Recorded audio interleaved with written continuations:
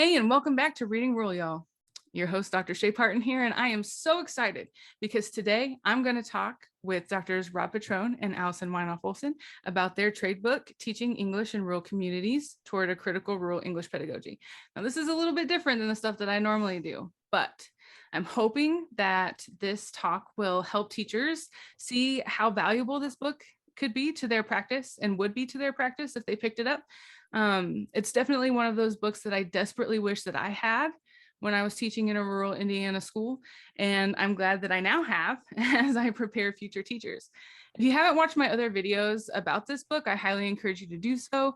There's such a wealth of knowledge and a selection of concrete ways that a teacher could implement a critical rural English pedagogy in their classroom, complete with lesson ideas, unit plans. It's really so good. And I am super looking forward to hearing and learning more from the authors. Dr. Rob Petrone is an associate professor of literacy education and critical youth studies at the University of Missouri and co-founder of the Missouri Language and Literacy Centers. And Dr. Allison Wynhoff Olsen is an associate professor of English education, writing, and linguistics at Montana State University, where she is also a director of the Yellowstone Writing Project. So welcome, y'all. Thank you so much for having us, Shay. It's great to be here. Okay, so I thought we would start off in the way that I always start these things off, because this is my obsession, and I feel like this question sets the tone of the rest of the interview. But could you both tell us a little bit about your place-connected backgrounds and how or why you came to doing this work, including maybe how and why you came to writing Teaching English in Rural Communities? Sounds great. Allison, do you want to start? Sure. So I grew up in central Wisconsin, and I thought my area was small. I remember as a teenager thinking with my friends, God, there's nothing to do here. And as I reflect back, we were in a community, I don't even know the population, maybe 30,000, 40,000. We weren't in an urban area by any means, but there are multiple high schools in the area. And to me, that was normal, right? And it felt small. So when I went to college and got my teaching degree, I actually took my first job in a small rural town in Minnesota. And it was one recommended to me by my mom, who was at my graduation, also in Minnesota. And she was reading the newspaper and she was like, oh my gosh, there is a job vacancy. Perfect. High school English. It's in Redwood Falls, Minnesota. And your dad and I lived in Marshall, which is just down the road. I think you would love it. You should apply. I had never heard of either place aside from my parents' own stories from their early marriage. And I thought, why not? Right. So I applied and went out. Had to drive out by myself because my mom was working. My dad wasn't available to travel with me. And I thought, all right, I'm going to do this. And I got in the car and I remember I started driving. I left home in Wisconsin, drove beyond Minneapolis and St. Paul. So the Twin Cities in Minnesota. I had 2 hours left to go and it was evening. My interview was pretty fast. And suddenly I had never in my life had a panic attack before and I didn't know what was happening, but it was like somebody pulled the veil and it went black. There were literally no lights. I did not know what was happening to me, but I started freaking out and I pulled over at a gas station. And I remember walking into the store, clinging to light and other humans. And I had to touch things. I had to talk to people. And then I kind of, was able to get back in the car. And then I was more in awe of the dark, but still a little freaked out. And I woke up in the morning at my hotel in Redwood Falls and I looked around and I thought, wow, it is beautiful here. It's an agrarian place, but there is industry. It's a town of about 5,000. And I spent the first 3 years of my career there and ended up, my husband, we got married and we ended up moving to West Virginia for a while, moved back to Minnesota in the Redwood Falls, Marshall area. Cottonwood is a school that I taught in as well. And so I became a rural English teacher by that connection to my parents' place where they lived when they were first married. And I fell in love with my students. I fell in love with small departments of English if I had one, depending on the school that I was in. And I did not realize that I was focusing on rural English ed at the time until we moved to go to graduate school. And I was seeking stories about teaching that were like mine, and I couldn't find them. And I remember asking one of my early professors in one of my first courses at Ohio State, Dr. Molly Blackburn, I said, Molly, I can't find stories that speak to me. These teachers are, they have so many students and they're having such different teaching experiences. And she very kindly let me know that I was probably uncovering something that needed to be researched. And yet, in order to get my project done in the weeks we had for the trimester, I needed to pivot a little bit. And so it really took me that long to identify as a rural English teacher. And I had a bit of confusion when I was teaching because we were labeled as outstate Minnesota teachers because we were not in the Twin Cities of Minneapolis and St. Paul. And so writing project opportunities might come up or PD would come up and there would literally be a conversation or a note, hey, outstate teachers, you're welcome too.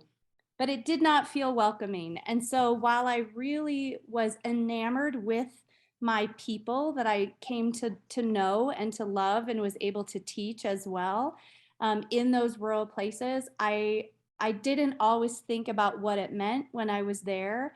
And I always knew that my experiences in a larger community in Wisconsin were a bit different. And I was grappling with that. So when I went to Montana State and had the opportunity to work with other teachers in rural spaces similar to mine, dissimilar to mine, etc., I really was able to articulate the deep passion that I have for rural English ed and to recognize that my own teaching practice and my foundational beliefs about teaching, learning, community, youth, and the dignity that all deserve in their classrooms did stem from teaching rural. Awesome. So I have a bit of a different entry point than Allison, although the story will sort of join with Allison's at Montana State University and then the development of this book. But for me, I'm a self-proclaimed city kid. I was born and raised in Brooklyn and then Long Island for some of that time. And, you know, my family is part of the outward migration from Italy. That's the sort of historical roots of that. And I'm going to return to that in just a minute. But they came over in the early 1900s and settled in urban areas, New York City, the Lower East Side, Brooklyn. Brooklyn was considered the country the time that my grandparents bought a house in Sheepshead Bay, Brooklyn. And so my parents were raised there. I was raised there, and then Long Island. So urban and suburban, but nothing remotely close to what I would consider rural.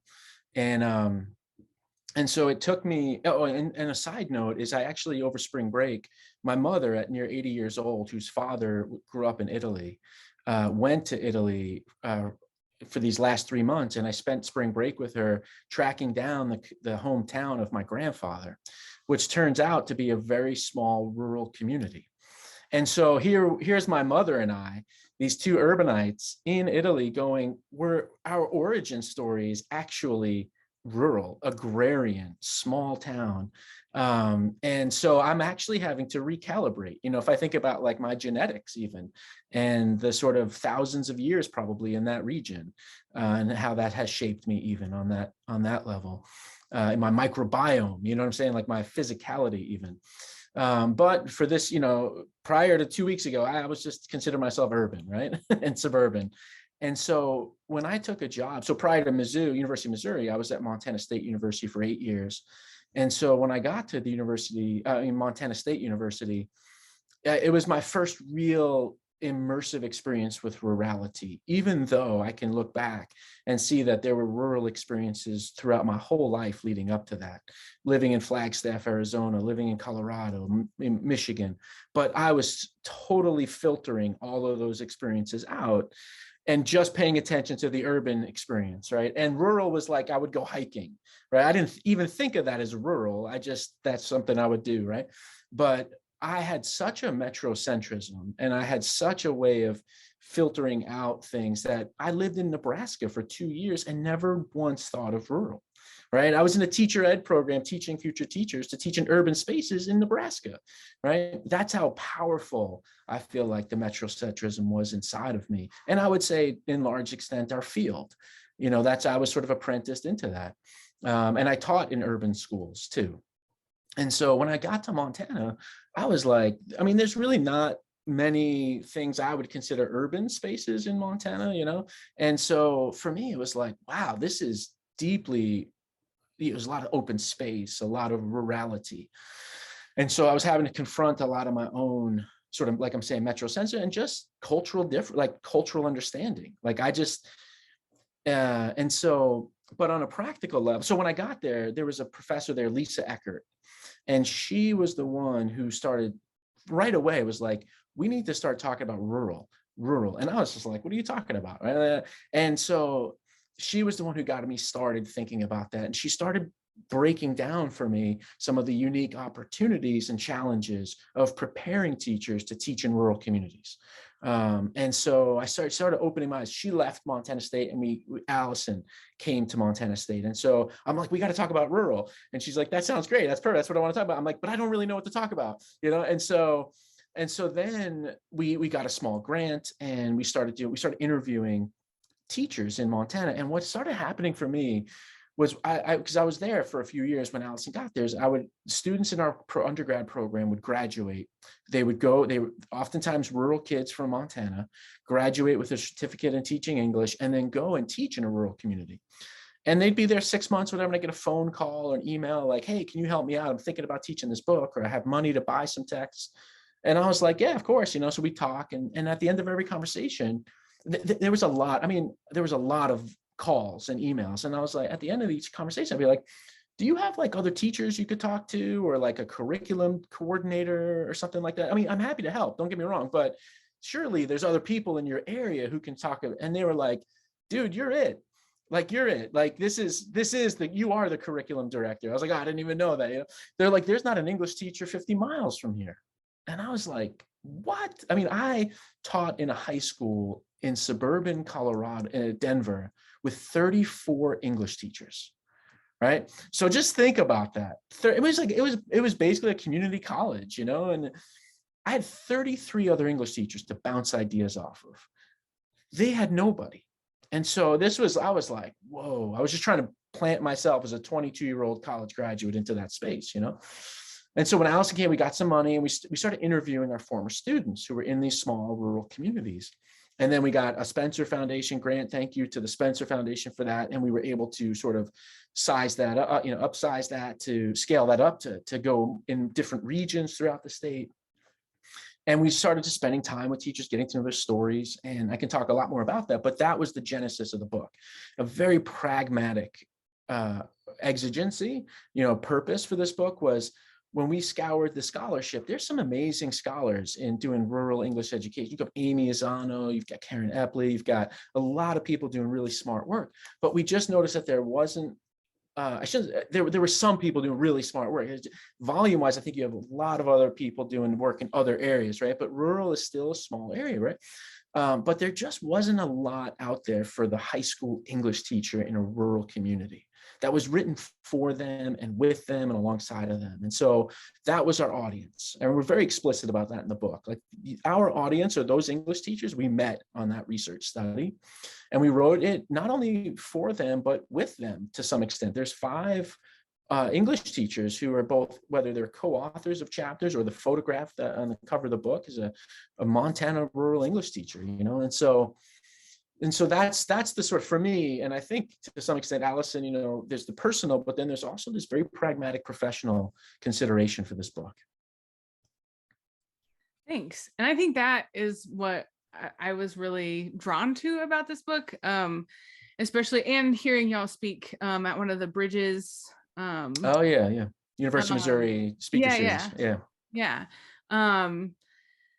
Like, when I got down here, when I got to Austin, from, I grew up in Gaston, Indiana, had 800 people in it, which is consequently the same number of people housed by the first dorm that I lived in on pretty scale. And I had a really hard time. I had a really hard time like figuring out how to do college. I still don't know that I know what a registrar is. But I, as a teacher, coming into this program down here, everybody was talking about PLCs. And I was like, what incarnation is a PLC? And they were professional learning community. And I was like, what is that? And they're like, oh, where the other English, other English teachers in your grade level and department or whatever get together. And I'm like, excuse me. I was the only sophomore English teacher in my school. You are the PLC. I was the PLC. And that was really frustrating because, I would have questions about meeting a standard or like reading a standard or interpreting, the curriculum that was supposed to be required of me, or like every single student I had took the ECA, end of course assessment, which is like the graduation exam for, students in Indiana. I was their language teacher and all of them took that test. And if they didn't pass that test, who do y'all think people in the school and the community were blaming, And so you. Yes.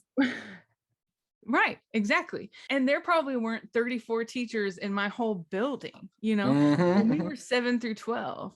And so that was one of the things that really spoke to me about your work in this book, and hearing you talk about why you wanted to write the book and why you wrote the book with rural teachers, because attending professional development for a rural teacher is few and far between, first of all, and second of all, usually happens as it was designed by the principal in your library media center, and so it usually doesn't think about place. It usually doesn't think about critical rurality. It usually doesn't think in particular about like a subject level teaching, like, that's English, right, curriculum. Right, exactly. It doesn't think about that. And so I was like, man, like, this is what we need, we need more of this. And so to that end, I was wondering if y'all could give sort of like, obviously I want people to get this book because it's so good. And it would have been so helpful to me as a rural English teacher. I really wish I would have had it. But it also felt really validating because these are thoughts that I've had since I've left the rural classroom. And I was like, yes, critical rurality. Yes. Like, this is what I should have been doing with my students.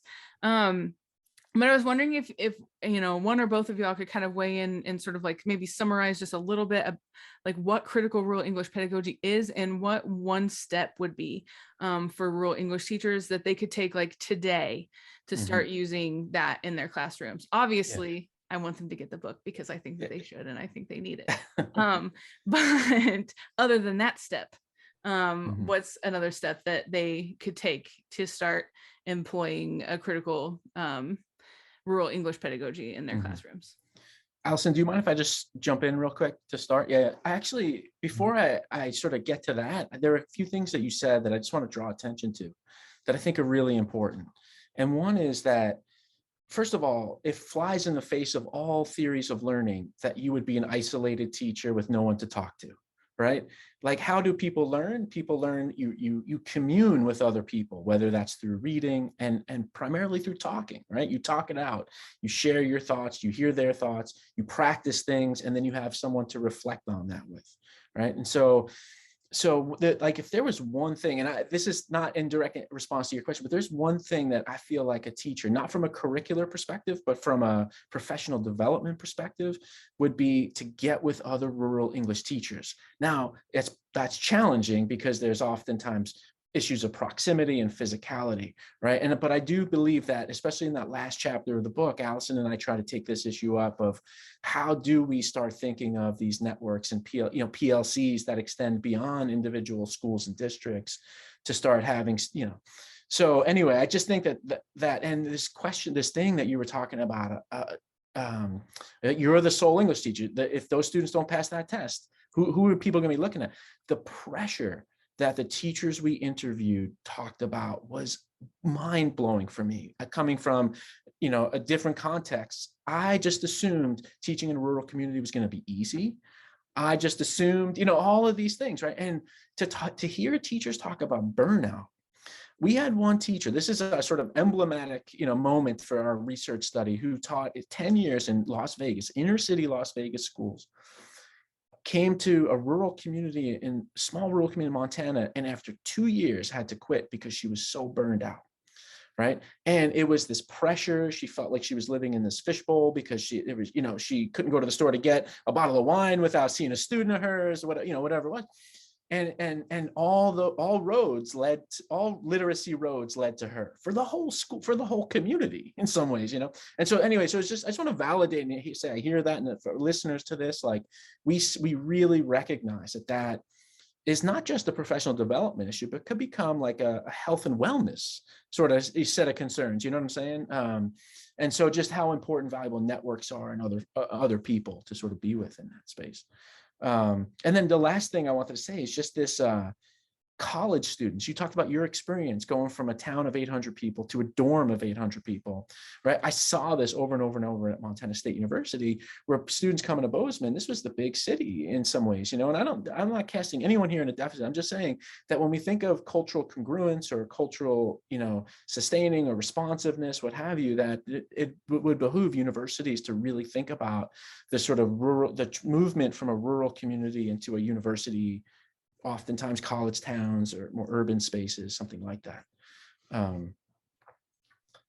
So there's no like rural cultural center, like there's no, it's hard to know where to go to find people who would be willing to share in your struggles and to sort of share what they've already learned. Like all of my dorm mates that were sort of in my immediate vicinity, they were all from cities, and their parents were like doctors and stuff. It's like, my dad didn't graduate from college, so I don't know what I'm supposed to do here. And so like, again, like that, exactly that thing, right? Support, and sort of recognizing that there is a cultural congruence there, that there is something that needs to be addressed there, and that there should be spaces made for rural college students and also rural teachers to talk about their experiences and like learn how other people deal. And in addition to like the lack of like the rural cultural center, there's not oftentimes at university campuses like the study of rurality in a really, systematic, engaging way. You might see like agriculture or things like that, but I'm talking about like from a social science perspective, a historical perspective, that someone coming from a rural community could see themselves in the curriculum, in addition to, and I think that that's part of what our book we're hoping for, is that this offers rural English teachers a way to think about. So this is to answer your question. The one thing, right, is that rural English teachers can think about rurality as part of the content of the school subject English. That for me, the number one thing is that rurality isn't just a place, it's an idea. It's what we might call a set of discourses or a discourse, and that is the thing that I would want to see high school English teachers engage their students with. And that's both in a rural context, a suburban context, and an urban context, right? That all of us need to be thinking about, well, what are our ideas of rurality? And how have those ideas been shaped? And how have texts, whether that's popular culture, media, young adult literature, how are they helping us to formulate a complex understanding of rurality?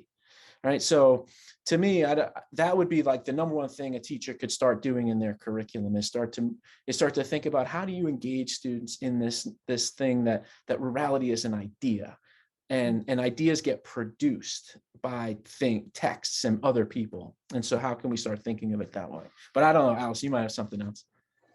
I'll just add to that. And, with that, if we consider rurality as an idea, right, or a discourse, to use that academic language and throw that in, this is part of why we push in the book to talk about ruralities and think about what does it mean, right, Shay, for you to live in Indiana and identify as a person who is in a rural community, or even say, I am a rural person. What is it for me as a non-rural person living in and teaching in rural spaces in Minnesota, and identifying what are the distinctions? What does it mean to teach English to 3 students who have been together since kindergarten?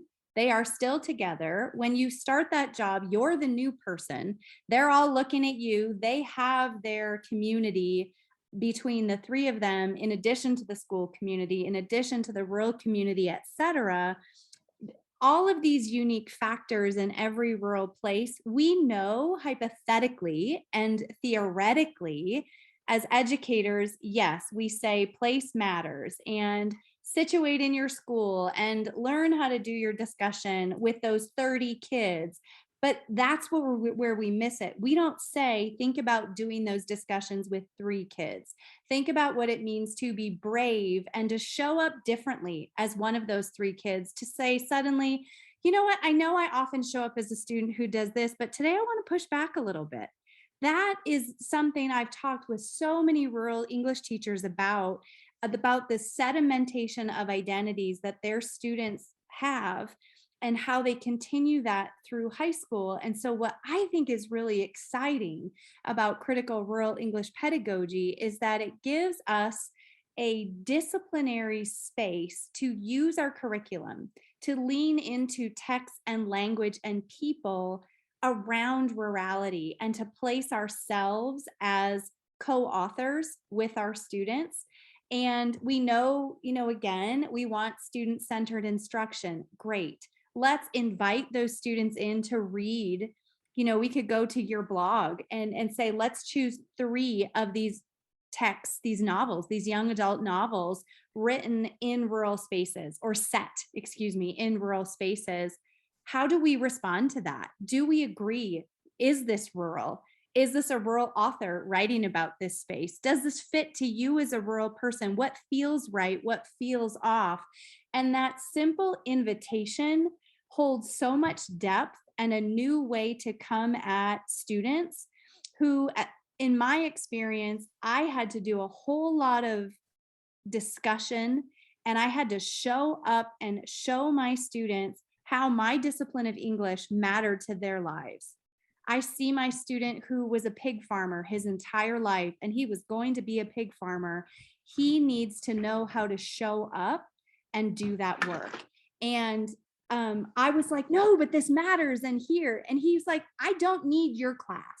I don't need to do this. So instead of me just working with him and trying to, in a way, fall all over my, I guess, suburban or non-rural self to try to explain it, what if I had had a critical rural English pedagogy in my toolbox to say, all right, let's pause this. What's going on here?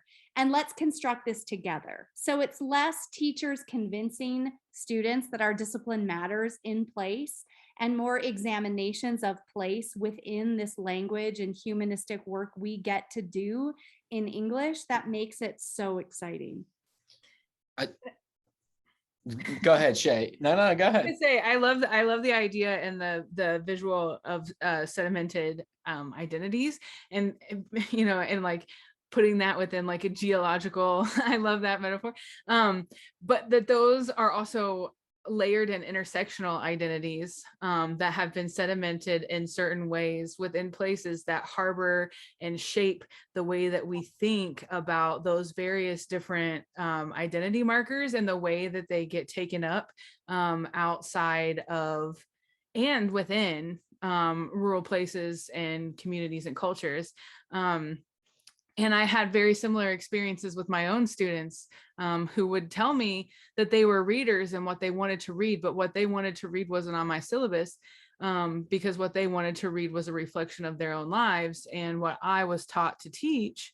And the books that I was taught, even in my own schooling career, even as a rural person, were not rural books. And they were not, and if they were, in terms of like thinking about canonical literature, like of Mice and Men and things like that, the rural was always pathologized, and it was something that needed to be somehow cured or fixed, and not a way of being that was acceptable. And so had I had your book and had I listened to my students, I would have had a better understanding of how to go about doing that work, and how to speak to those lives, to my students' lives, in a way that I don't think they probably ever had anybody do before, which is why they come into your class already like, I don't need this. I don't need this. Sure. which, okay, like, but just because you want to farm doesn't mean that you can't enjoy reading. Like, just because you want to be a mechanic doesn't mean that you can't like poetry. Like, I'm a hillbilly, and my hillbilly grandfathers and great uncles love to read Westerns, and they love to read poetry, which is an untellable narrative. It's not something that people usually hear or think about hillbillies doing, but it is something that we do. And they enjoyed it, but they were factory workers and farmers. And so like those things, like thinking about how we define rural and how rural as a concept has come into be, and the way that story gets told through things like farmersonly.com commercials and stuff, it really has the potential for it to have a huge impact on students in the way that they think about themselves as rural people, if they think about themselves as rural people, and how they come to know how that has been defined for them outside of where they're from, and also been defined by them in interaction with where they're from. And so I think like that's one of the things that is so powerful about y'all's book. And the idea of critical rural English pedagogy, because it opens up a space for rural people to think about themselves as rural people without thinking about themselves as butts of, a redneck joke. I think that chapter 2, Allie Behrens' chapter, does a really beautiful job of exactly what you're talking. I think the whole book is, laying out, trying to get at what you're talking about, complexifying these ideas. But I think her chapter hones in specifically on, all right, let's take a group of students, let's take a group of texts about rural folks and places, and then let's engage those students in ways of analyzing these texts for their representations of rurality.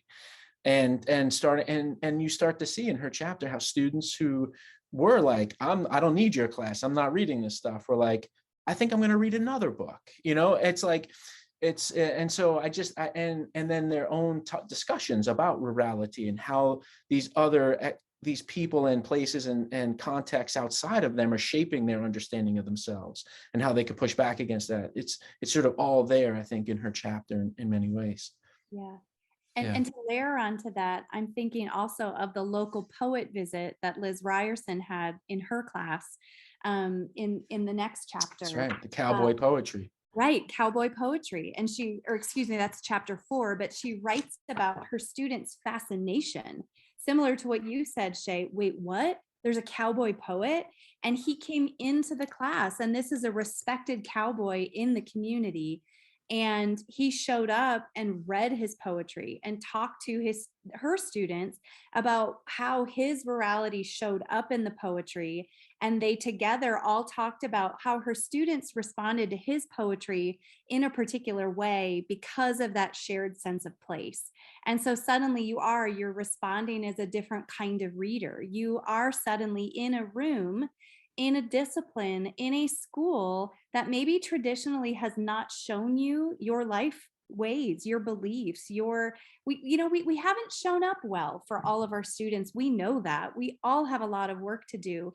But what a cool way to bring in someone who is known for his cowboy ways, and to show these high school kids he's a poet, and let him talk to them and start breaking down their assumptions about what it means to be a poet, or who gets to be a poet, and or these identities that maybe have been shaped for them. How can they disrupt for themselves, and really spend those years in high school English doing a different kind of work that is more beneficial to them. And in this way, this is where we don't take it up in the book yet, because we kind of start. But I think, gosh, how many of us, right, if folks are listening to this and they are rural English teachers, what is happening to your curriculum as you take up a critical rural English pedagogy? It's going to live and breathe in your community in a particular way, and in a different way, because you're in a different place with different people at a different time. And first of all, we honor that. There's no one way to do this.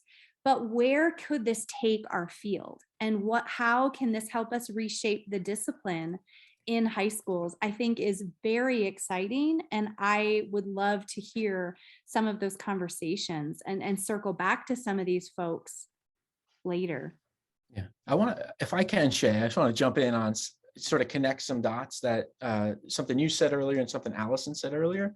But before I do, I just want to, there's a ton of poetry and music around coal mining, around protests, around, there's a sort of a long tradition in American literature that brings together activism with these sort of more traditionally rural types of labor and labor markets and things like that. I'm thinking of Joe Hill, I'm just thinking of Langston Hughes even, like, so his early stuff was very linked to these movements. So I think there's a lot there about creating rural-based or rural-focused kind of literary explorations of American literature. But the thing I want to talk about is Allison used the term ruralities earlier to sort of signal that there's no singular rural context or people or person or something like that. And then you were talking earlier about intersectional identities. And I just think it's really important that in this conversation, we note that rural oftentimes gets coded as white. And there are historical processes, and we actually talk about this in chapter 5 of the book. There are historical processes that have, in fact, made many communities, rural communities, white or white dominant. And it's also not true that all rural is white. And so it's really important to think about the diversity and complexity of rurality and ruralities and rural communities and rural peoples too. And so at the same time that in Liz's section in chapter 4, she's talking about cowboy poets. In the chapter before that, we have Melissa Horner talking about indigenous musicians, indigenous writers, right? And so part of the work for us in Montana specifically was thinking of what does rural look like in Montana? Well, it looks very different in different places. Everything from the Balkan in the eastern part of the state, which is, you kind of feel like you're in the Dakotas or Nebraska, to the Blackfeet Reservation, Piikani Nation near Glacier National Park, right? And then everything in between. And so one of the main racialized political groups in rural communities in Montana are indigenous communities, and there are multiple reservations there. And I actually saw on Instagram from Melissa Horner, one of the authors in the book or co-authors of the book, she had this great Instagram post debunking myths of rural communities and rural spaces after one of the elections where, there's this red and blue, and she showed in Montana how all this, it was just a very different color scheme, so to speak, in Montana, where you had all these reservation communities who were voting in a particular way that were different than the sort of dominant understanding of voting patterns in rural communities. And so it was really problematizing this notion of who lives in rural communities and how these communities vote and things like that. So, but the point here is just that it's really important for us to be thinking of the diversity of rural communities and peoples, and how that too can become a way for teachers to engage students in conversations about what constitutes rural and how those discourses are narrated. And in Melissa Horner's chapter 3, she does a really beautiful job of talking about a curriculum she developed that asks these questions of that sort of bring to the fore settler colonialism, indigeneity, and what do we even mean by whose place, and at what point in history do we mean place, and these things. And so it's just, there's so many ways of thinking about it. And I think about my context now in Missouri, where you have lots of Black rural communities with distinctive histories and opportunities for curricular development that can connect to land and labor and, all sorts of historical processes and contemporary manifestations of inequities and social justice issues. And I think that it combines really well with what Allison was talking about earlier in terms of like, we need people to write these stories. We need people to write these counter narratives. If all of the stories that get written about rural places come from people who are outside of rural places, because students inside rural places grew up like me thinking that the only people who wrote rural stories, or the only people who were published authors, came from LA, New York, and Chicago, then, like, writing is not something that I thought about pursuing until I got into academia, And certainly not writing about rurality, I would well, imagine. sure, exactly, because I Yeah. didn't think anybody really cared to hear those stories. And so talking with authors through the Reading Rural Y'all series, like this is something that almost every rural author that I've talked to has said. Mhm. that authors only came from these places. And so I didn't think that I could be an author until I hooked up with these people who showed me that, you know, I could, and also that I could tell these stories that were important to me, and that featured the people that are my community, the people that I love, the people that are from my own culture. Like I could represent my own culture in a way that was complex and worked to nuance what we think of when we think of rural people. If we don't inspire rural students through things like that cowboy poetry visit, to see that rural people do write about rural experiences and people do read them and think that they're important. If we can't show that to students in our English teaching, then who is going to write the counter stories, the counter narratives that we desperately need about who rural people are and what rural experiences are like? There are so many more books about queer rural folks than I ever thought possible right now, especially in young adult literature, as contentious as this moment is for, you know, young adult literature and book bannings. But there are so many more nuanced depictions of rural people and places than I ever encountered as a student. And even as, you know, like a PhD student, or, you know, somebody studying like reading workshop pedagogy, like this is not something that we talk about. And so I think that the two go hand in hand, right? Like you have to inspire, because once you inspire students to see that like cowboys write poetry, then you can get into all kinds of other different types of writing and different like poets like Jim Harrison and, you know, like Paul Gruco, and there are tons of other authors that you can sort of grow with and alongside in your reading.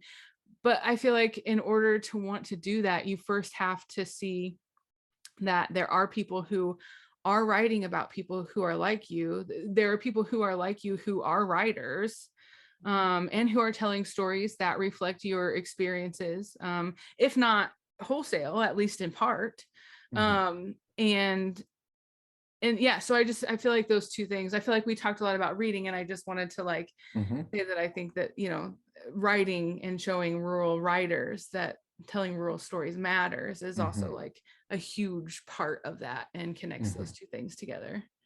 Yeah, and I want to add, I think when we approach our classrooms and our students as placed, and if we take up, regardless of where we are, what kind of place, how we would define it, I think if we take up a critical rural English pedagogy, we can also invite our students in another way to look for the voices that are missing, and to think about what does that mean? Who in this room needs to tell their story or our story?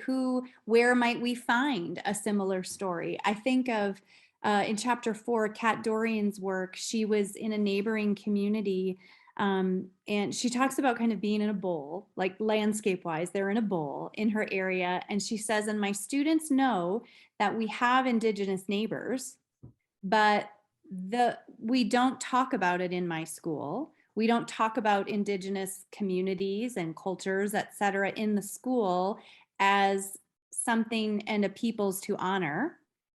What about the peoples that are in our school? But in Montana, often we do a great job. My students this semester are teaching me this. They're like, I grew up in a rural place. We talk about Indigenous communities when we talk about athletics as rural schools. We go play that school, and we're told when and where we should not shower in the gym. We should get back on the bus to leave town. We know that there are rivalries in towns that are dominantly white. And in this town, this could happen. So our coaches tell us this. And it did not occur to, we were reading parts of our book here this semester, and these are pre-service English teachers. And they're like, wow, we did not realize the narratives that were being shared just on an athletic bus, and literally by what our coaches or our parents told us about how to be in that space for that game or what to expect. And so what Kat does is she goes to her book closet. She sees Perma Red in the book closet and thinks, okay, I can see conversations that are not happening. I know our landscape. I know who is here. And her students were wondering about reputations, and they were thinking about, what does it mean to be a rural high school student and have a reputation? How do we change our reputations? And they wanted to talk about sex and consent in a high school classroom. And the book was in her book closet. She was able to take the book out and teach the book. And in so doing, they also talked about voices that were mainstream, voices that were getting silenced. What does this mean in an Indigenous community? What do students, if they identify as white, what do they think it means? And how does the class talk about this? Nothing about her unit was easy or simple, but the bravery from her to take this up because she felt it was important given her place and that what her students were asking about and what her students wanted to try to grapple with just truly amazes me. And she writes a little bit about some of the pushback she got from a few parents, but it did not shut her down, and she didn't shut down those parents. She talked with Rob and I in one of our interviews about, what does it mean when a parent is coming from a faith-based orientation that does not want you talking about or taking up sex in any conversation. They don't want a book that has any kind of encounter. How do we deal with that? And one way that she responded, as she was kind of internalizing a critical rural English pedagogy, not only did she talk with this parent, but she went to their church because she said, I don't understand their faith. And I feel like before, or I don't remember if it was before or after talking to this parent, she's like, I need to just kind of be in their space and get a feel for what their values are and what they care about so I can be more receptive to this. And it was this, I thought, wow, that I don't know that I would have thought about that as a young teacher in a rural place. And that was really impressive to me. And over our teachers and the bravery that Melissa had to bring in all that she did to question place and ask whose place is this, with students who, again, were taught because of our curriculum, not because of a teacher with any awful intent, but our curriculum didn't invite conversations, and she just went there because she believed it mattered, and she knew her students and she knew her place. So just that courage that comes through, I want to applaud that as well, especially as you mentioned, we're in a very loud, difficult moment for all English teachers. Any text we choose, people are going to criticize us loudly in a way that we haven't seen in a while. And so I know it's hard. And this is why I say again, take it up in the way that makes sense to you in your place at the moment. And or if you have those consortiums where you get together with other teachers in rural spaces once a year, or you're listening to Shay's podcast and you're thinking about the ways you responded to something, like what is a big way or a small way you might start shifting what's happening in your curricular space. Because I really think the teachers in our study taught us how it's not only helping them kind of breathe differently in the English classroom, but their students as well. Rob, you have anything you want to add? No, I was just listening. I have lots more to say, but nothing specific to that. Yeah. I think that the idea of like how communities are connected to rural schools and how like rural schools are sort of the blood and the backbone and the just, it's the community center, it's the library, it's at least where I'm from, like you couldn't go to the Muncie Library unless you owned property in Muncie proper in Center Township, and if you didn't, then you didn't get a library card, and that like really hurt me. And so like our libraries in the middle school and high school, like in the elementaries, like those were the community libraries really. And so like thinking about how schools and communities teach together learn together, exist together, support one another. Like there are so many different ways that that community can be such a boon for what teachers are trying to do in their classroom. But I think that rural communities get positioned in an antagonism, in sort of like an oppositional way, because like the narrative of like, oh, everybody knows everybody else's business, like it's a bad thing. Well, if you also know that like my Uncle Frankie fell off his combine and broke his back and needs help pulling his crops in, like the community gets together to pull his crops in. And if everybody didn't know everything about everybody else's business, that wouldn't happen, right? So there are like these positive things too, that sort of work as counter narratives to combat these like stereotypes of rural communities as like nosy and judgmental, and right. And I think that your story demonstrates that and illustrates that beautifully. But I think that it's also one thing that's often missing from teacher education programs and professional development for teachers is how to do that work. I think we talk a lot about how important it is for like communities and schools to be partners in the learning of their students, but we don't really talk a lot about like what that can look like. And in moments like this, rather than open dialogue and encourage that, I think the attitude of just shut your door and teach, and hope that like nobody tells on you, sort of becomes more of the thing that people talk about, the story that people tell, rather than opening themselves up to different perspectives and trying to understand one another and open like an honest dialogue about the preferences that we have in terms of what we think students should be learning and how they should be learning it. And so to think about that, I think is also an aspect of your book, and hopefully your continued work, that I think is also important to mention here, and hopefully might inspire some more community engaged curriculum, critical rural English curriculum. I think for me as a non-rural person coming into this work, the notion of community was huge.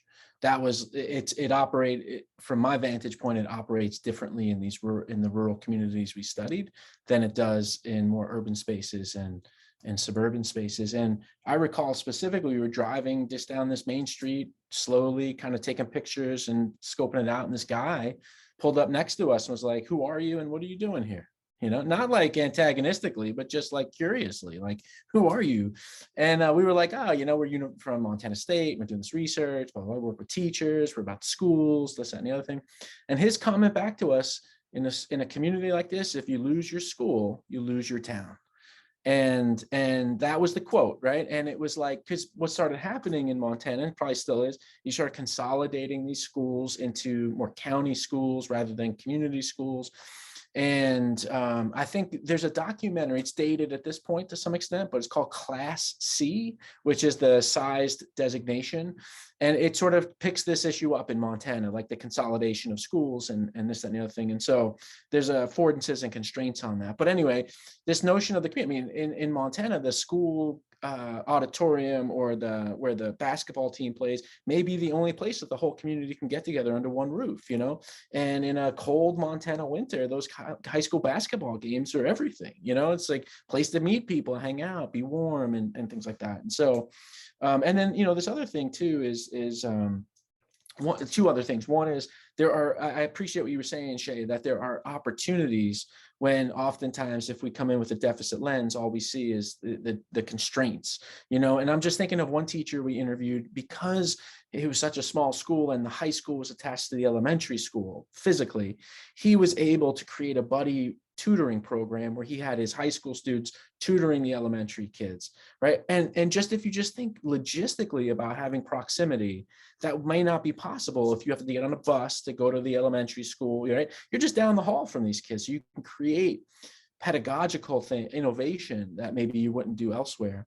And then the last thing I'll say is I just one of the things I most appreciate about Liz Ryerson's section of the book is she really talks about her own experience coming from a rural community, and at first thinking she has to be completely celebratory of everything rural, because the experiences that she had outside of that community are like, oh, that rural's this, rural's that, But when she started doing that, she started realizing, well, there are issues here, just like everywhere, right?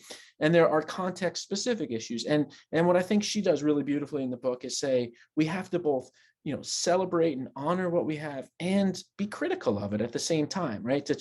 We're seeking to transform at the same time that there's beauty and value here that we want to maintain and sustain, and so I appreciate her nuance there, that even the whole book, the word critical rural English, we're trying to bring to the fore what we mean by rural, and there might be opportunities to really be transformative about social structures and inclusivity and all, at the same time, that it doesn't mean we're throwing the baby out with the bathwater. You know what I'm saying? It's like we're trying to be a holistic and comprehensive about affordances and constraints. Yeah.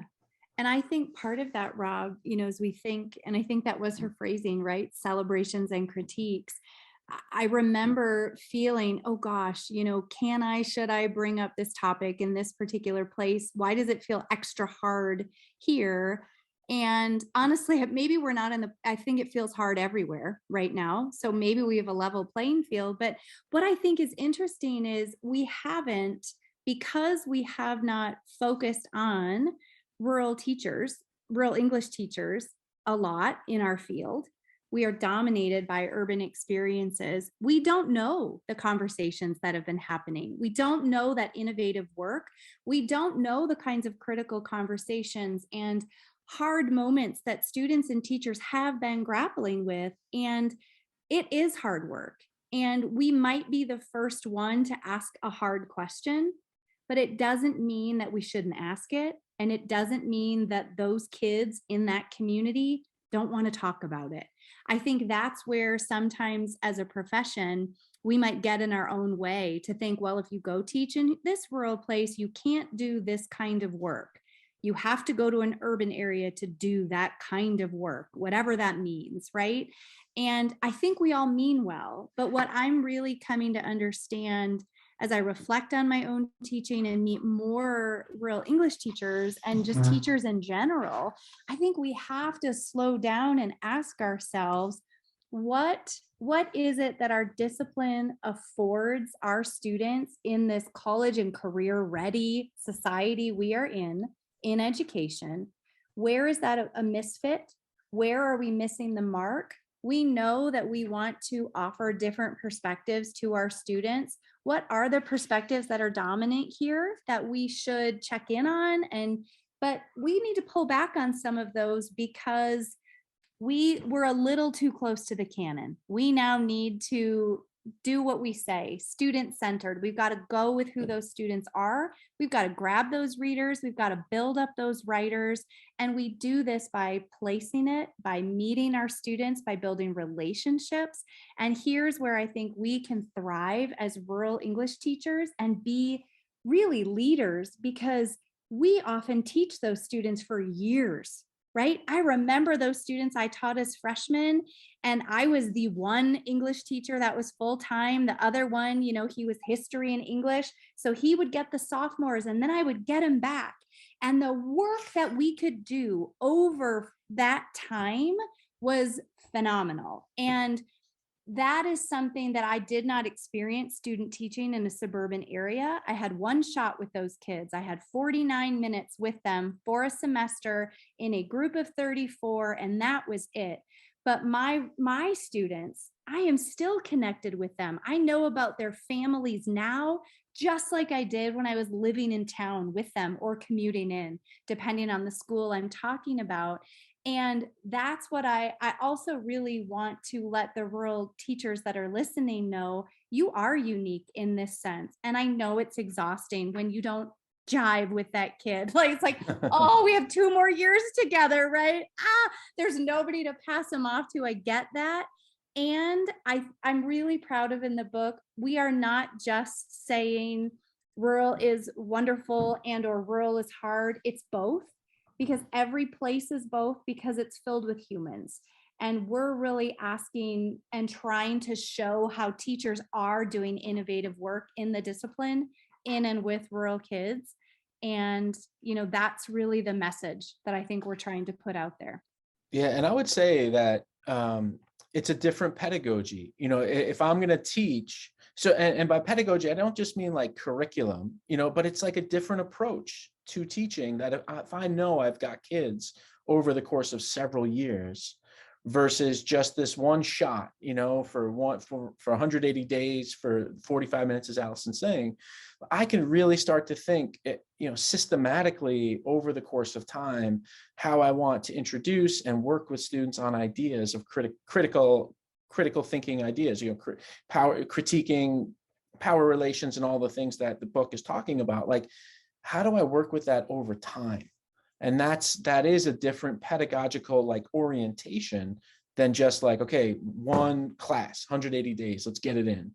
In some ways, how many times have I talked to teachers who are they have this kick-ass curriculum for a year, and then their students leave and they go to the next, the next teachers, and they're the students come back oh my God, you ruined us. Now I'm getting in trouble in this class because I'm asking all these hard questions, and here you actually have an opportunity to work over time, year after year, with some of these students to be really systematic about how to integrate these ideas and complexify them and push the kids and the community, frankly.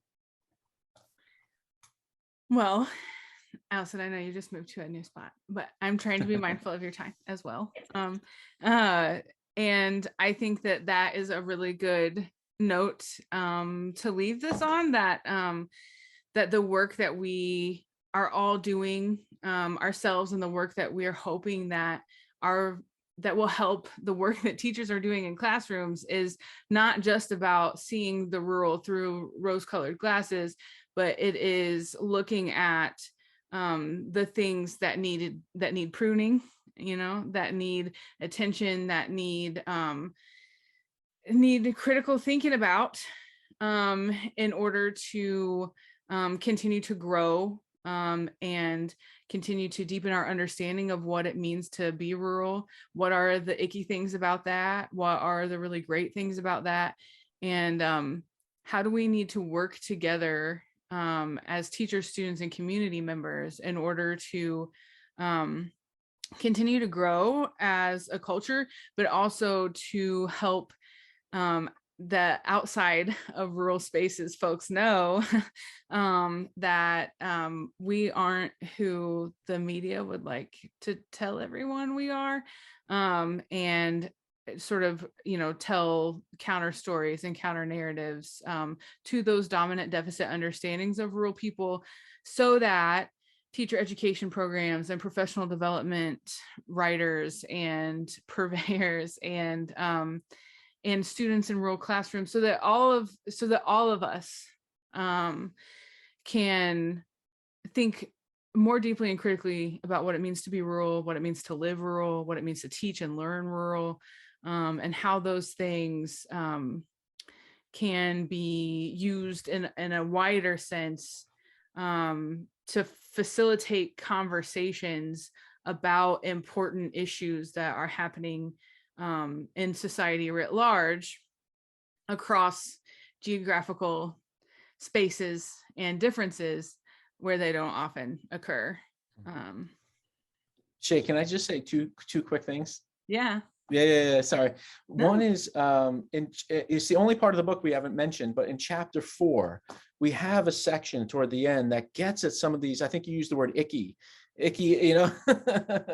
what is it like to think about the methamphetamine, issues that intersect with rurality, and, thinking of that book, Dope Sick, and maybe some curricular possibilities for talking through that, or, one of the irony or poverty, or, that are sometimes in rural communities. And so let's think of ways we can talk about these, or racism, or, what homophobia, whatever it is, cisgenderism that's happening that we want to attend to. How do we do that? And, one of the things that I noticed, and Allison and I talked about, was there was a lot of seemingly limited access to fresh foods in a sort of irony that I didn't see coming because of some of the broader, and so like, how about putting that on the table, I mean, just the top of the irony of that, right? So that's like one thing that just in the book, in that chapter 4, we have a section. It's not long enough, it's not in depth enough, but it's just these little discussion starters about some of these more really challenging topics to wade into that I think are sort of happening in rural communities that do demand our attention, or some rural communities that demand our attention. And then the second thing, to your last point, I'd love to see more discussion of rural urban coalition building, and what does a rural, understanding rurality look like in an urban classroom? How can urban teachers and students be in relation with rural teachers and students to think about some of the commonalities around issues of access, issues of, equity, racial divides, or racial, crossroads, land, place, whatever it is, right? So that we're not siloing these two things or dichotomizing them or putting them in competition with one another, but actually working toward something similar together.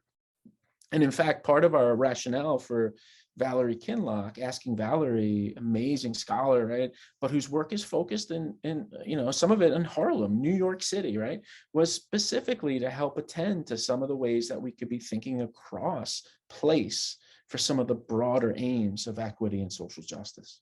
Yeah. And that's it. Let's set our labels aside for a moment. Let's look at our place.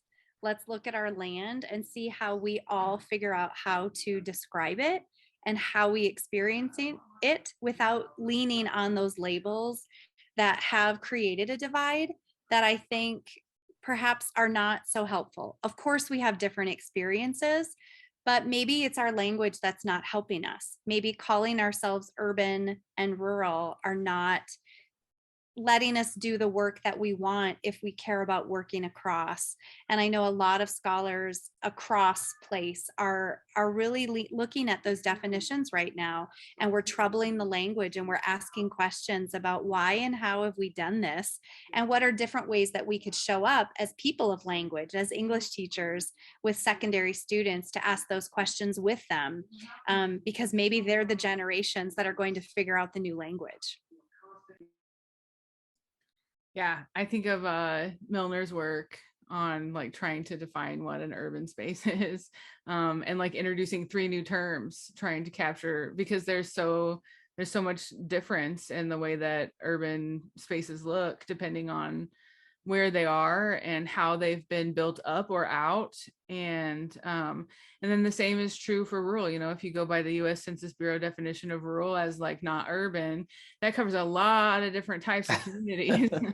And so thinking about Mara Tikin's work and like how, should we just let the rural identify itself? And if so, then like, what does that look like? And how does that work with, stuff we're doing in our classroom?